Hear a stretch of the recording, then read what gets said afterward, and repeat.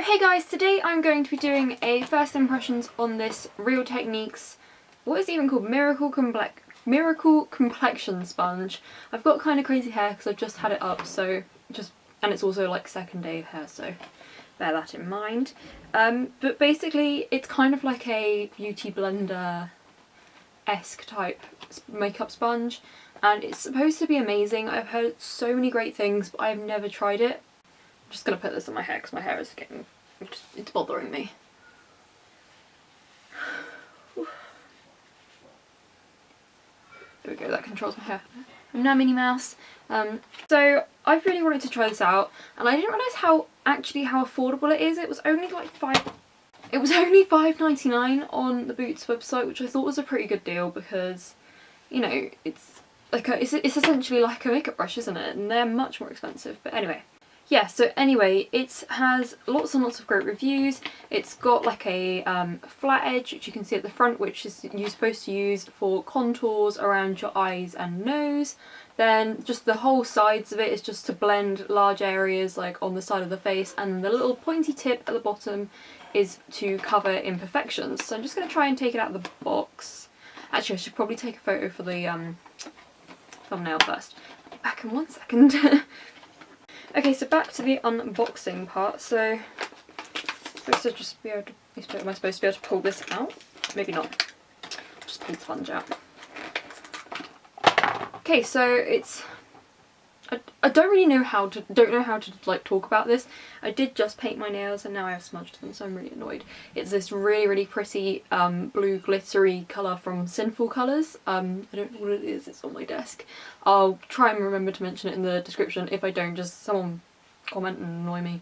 But yeah, so I can kind of see how it's supposed to work. Like that's supposed to go there and you're supposed to just go like that, I guess, or like there's loads of different ways you can use it. I mean, some people like to dab more, some people like to drag it more, and then this is kind of for little bits and bobs. But yeah, you're supposed to use it damp, unless you can use it dry for powder products.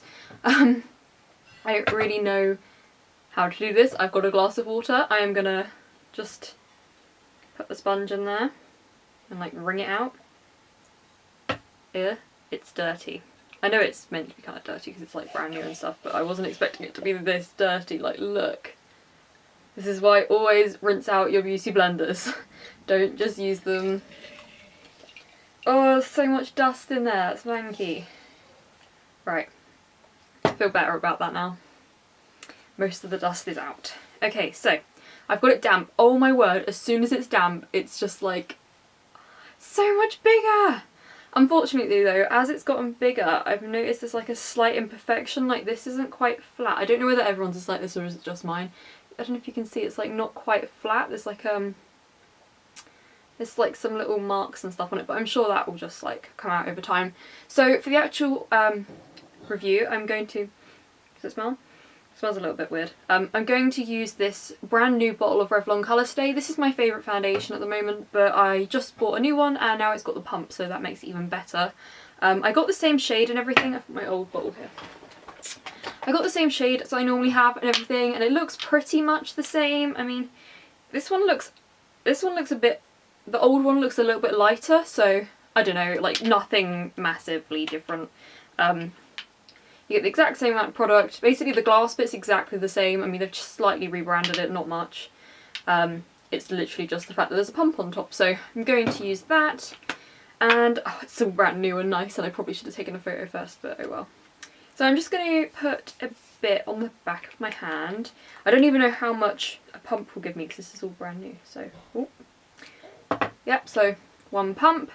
And I'm going to dot it around my face with my finger. I've got a mirror here. Just so that I can kind of see. The only thing about this foundation is it dries fairly quickly, so I probably shouldn't have done that. And I'm just going to take the side of the sponge, like it said, and dab. I think it might be too damp. Possibly. Oh well. So I'm definitely going to have to use more foundation than I normally would, because that's just like blended out to nothing. So I'm going to get a bit extra. I've applied it to the actual sponge this time, which is just clearly just soaked the entire thing up. So now I know why you don't do that. I'll zoom you in a bit so you can see clearer.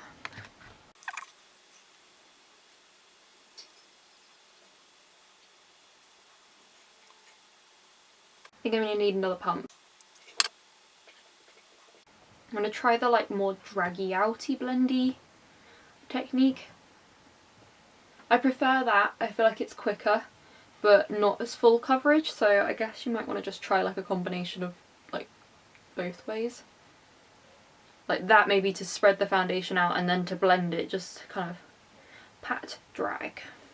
Try on my nose. Let's use the flat side. I know that's not kind of what they mean by using the flat side, but yeah.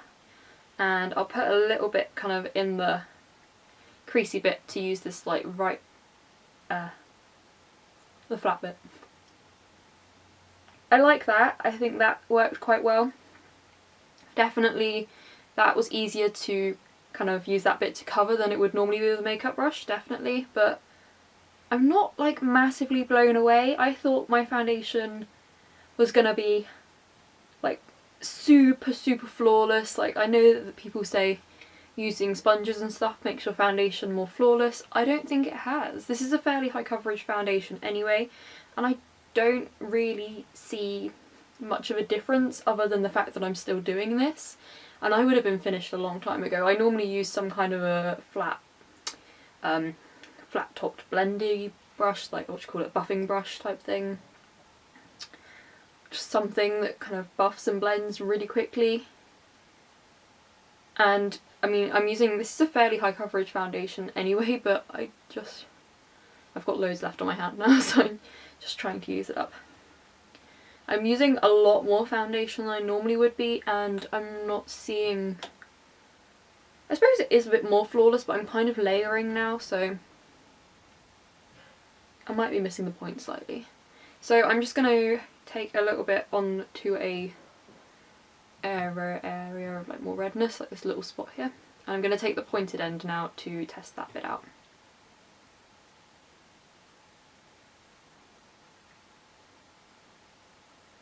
Yeah, I didn't really see the point in that.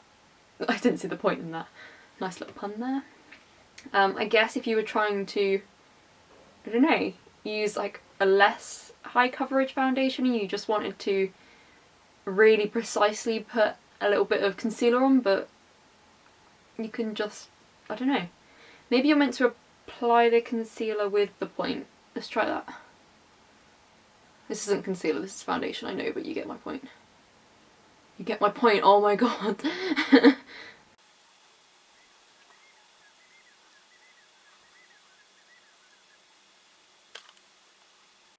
It does say you're supposed to replace these every 1 to 3 months. So although this is a cheaper alternative to a brush, you'll go through them fairly quickly. So I can see how the price would then really rack up. So then it becomes less of an affordable thing to do, I guess.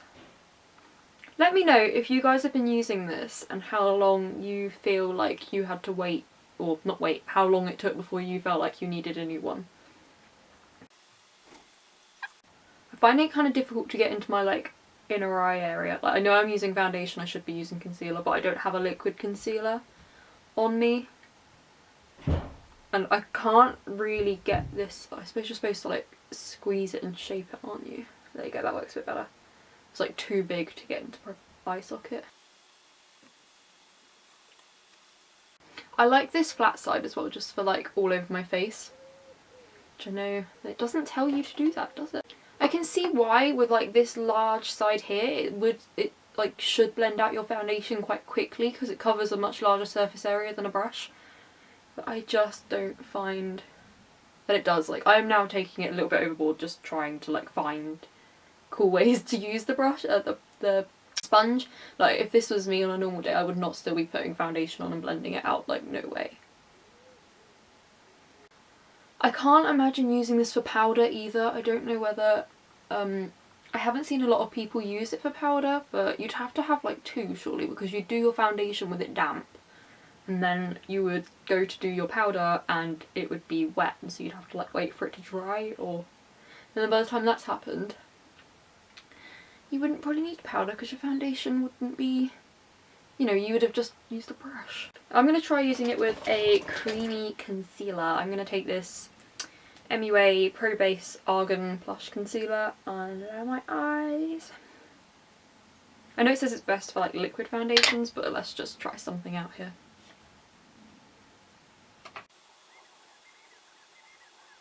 I don't like using this bit here around my eyes. I feel like this bit here is better for my eyes. Do you know what? I don't like using this sponge around my eyes. Just in general, I don't like it. It just feels too big. I like to use my finger to blend out cream products around my eyes. Or a fluffy brush, just something. Not this sponge. So, yeah. I've been filming for 11 minutes, just applying it. And I don't think this looks any better than it would if I were to have just got on my brush and blended it out normally. So, I'm not sure. I am not convinced. My foundation looks almost dewy, can you see that? I don't know whether that's the like water from this. I just don't get it. Like, my foundation looks quite good on camera,